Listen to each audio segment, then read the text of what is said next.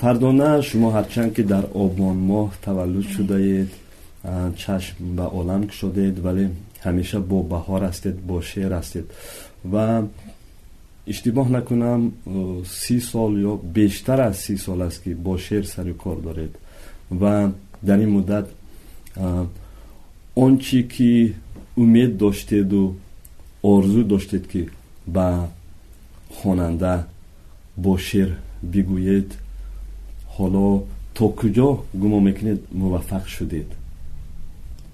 فکر میکنم که خواننده رمزآشنا و رازفهم و ادادان خودش میتواند و این سوال پاسخ گوید. آن کس که ز شهر آشنایی است داند که متاع ما کجایی است.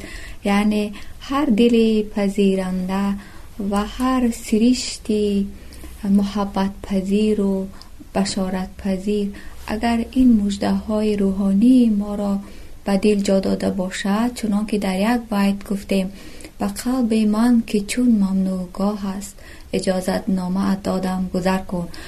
اصلا که دلهای ما و شما یک ممنوعگاهی بسته است و اما کسی که به سخن پیوند شد، کسی که برای شعر آمد، کسی که برای عشق و عاطفه قدم زد، این ممنوعگاه را برای تمام پذیرندگان و آیندگان و امروزیان باز میکند و هر که میخواهد به آن اجازتی ورود دارد.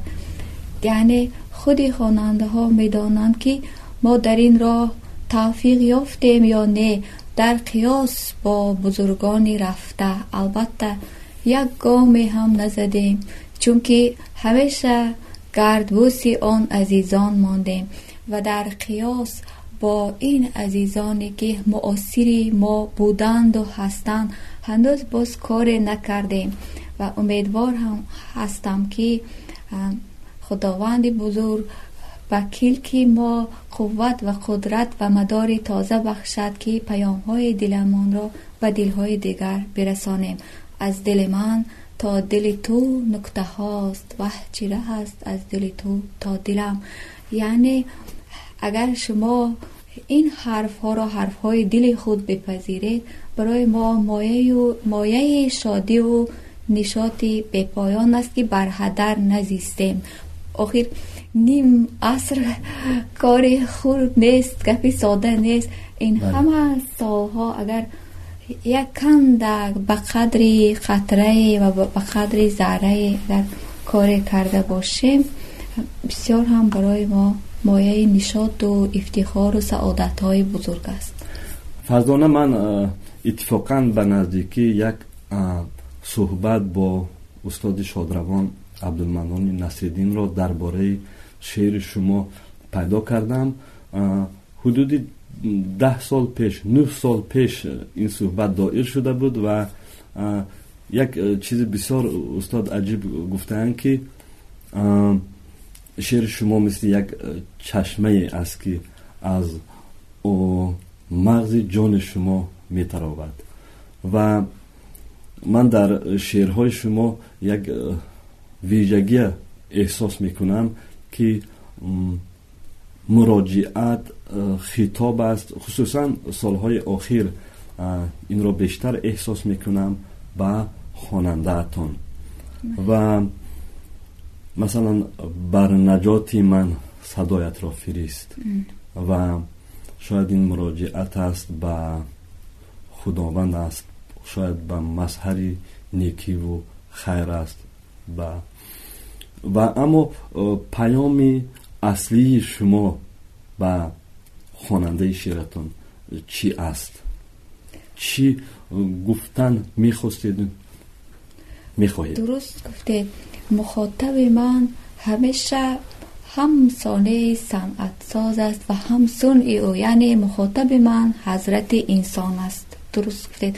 وقتی بر نجات من صدایت را فرست میگم، یکی فکر میکند که مورد خطاب ما عزیز جان آفرین است و دیگر فکر میکند که مورد خطاب ما مادر است.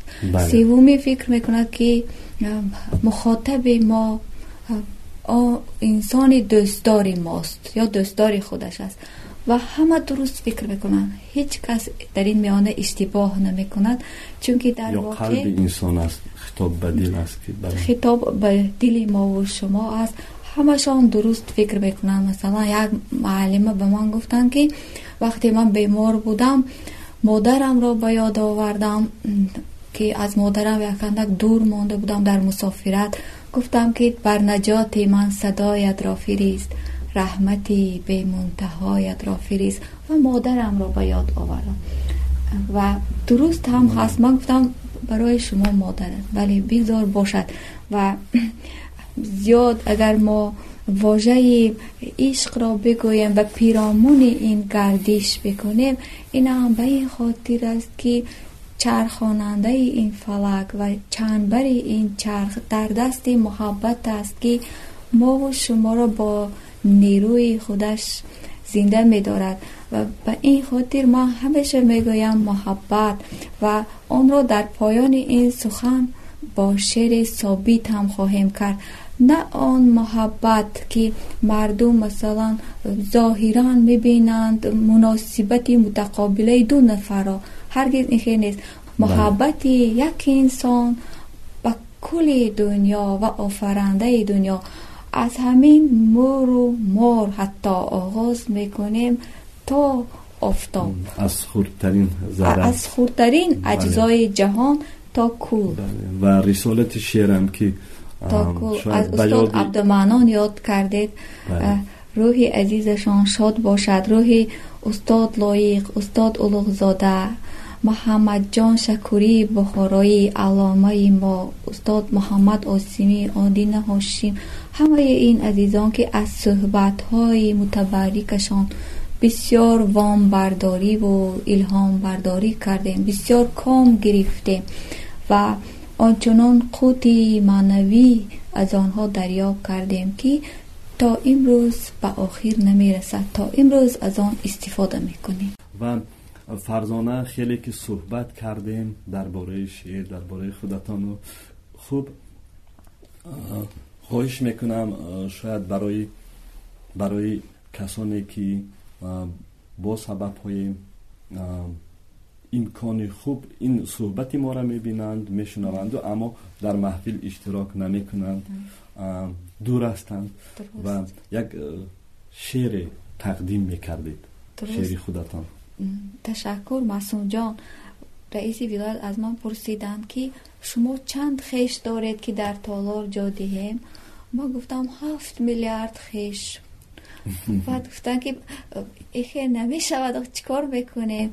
ما گفتم در واقع نمی شود، همه خیش های و پیوند های و دلبند های و محبوب های خودم نمیتونیم در اون تالار نازنین ارباب جا دهیم، اما یک تالار دیگر هست که در آن همشان گنجایش می‌یابند.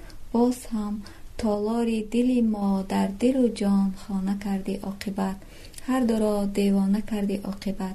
ای دل مجنون از مجنون بتر، مردی مردانه کردی عاقبت. امیدواریم که این نامه‌های عشق به نشانی میرسد. اگر کسی نپذیرفت، او هم حق دارد که دیگری را دوست دارد. اگر پذیرفت قربانش، تو را ز خاطره های ازلی میابم ای عشق، تو را ز سرخی سیب معرفت خواهم کرد، یا ز یک گل، آره زادگاه عشق یک گلی یاسمن است. عشق شاید قفسی پرپور آزادی است.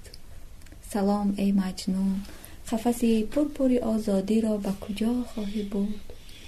چون تو میخواهم زاغ را زیبا بینم به گونه طاووس، چون تو میخواهم از گردن شیر آغوش کنم و ز چشمان آهو آینه داشته باشم.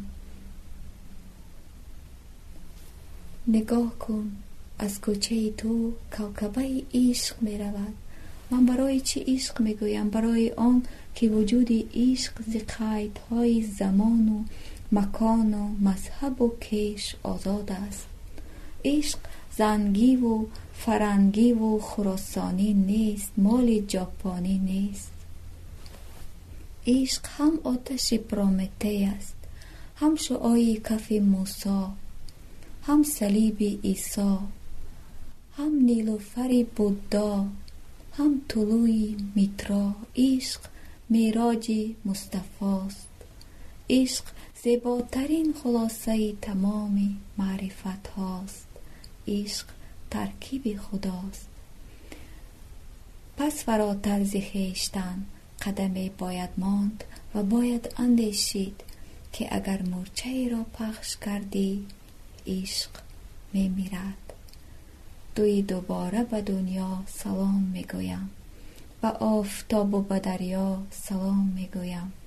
دلم جو حجت سرخ بهار پیش شماست، به مهر آن گل مینا سلام میگویم. بهار طرز بهارم میان چیله دی، به غنچه غنچه تمنا سلام میگویم. به شادباد نگاهی هنوز شفافت، به صبح آینه پالا سلام میگویم. غباری پست خمی سیفلگان برافشاندم، به آن بلند و مبرا سلام میگویم. به کلک عیب ره کلک غیب نتوان بست، به دست یاری بالا سلام میگویم. بپرس ترجمه عشق را ز کفترها، به مسجد و به کلیسا سلام میگویم. 200 علیک تو آمد به یک سلامک من، به لطفهای تعالی سلام میگویم. به شادباد تو ای وحی جاودانه عشق، به زندگی و به فردا سلام میگویم. با هم سلام میگوییم به صبح میلادمان، به هر روزی خداوند که اصلا برای دل ما و شما هم نویدی خوش است و هم عیدی خوش است.